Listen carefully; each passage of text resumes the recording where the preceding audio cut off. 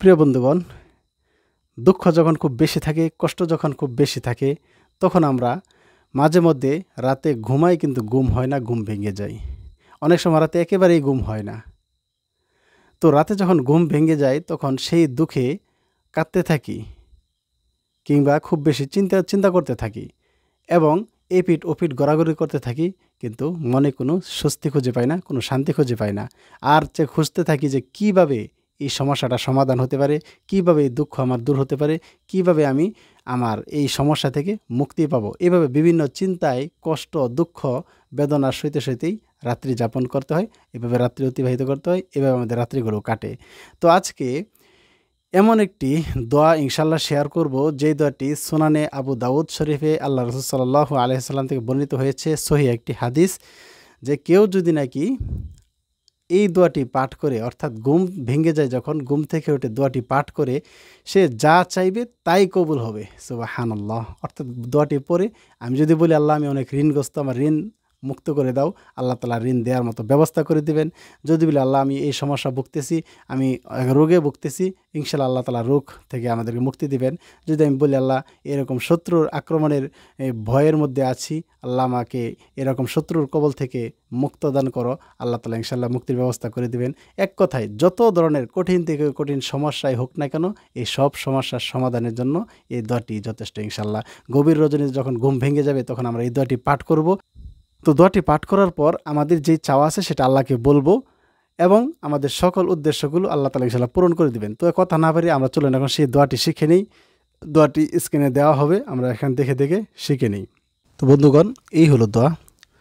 লা ইলাহা ইল্লাল্লাহু ওয়াহদাহু লা শারীকা লাহ লাহুল মুলকু ওয়া লাহুল হামদু ওয়া হুয়া আলা কুল্লি শাইইন কাদির সুবহানাল্লাহি ওয়ালহামদুলিল্লাহি ওয়া লা ইলাহা ইল্লাল্লাহু আল্লাহু আকবার ওয়া লা হাওলা ওয়া লা কুওয়াতা ইল্লা বিল্লাহ।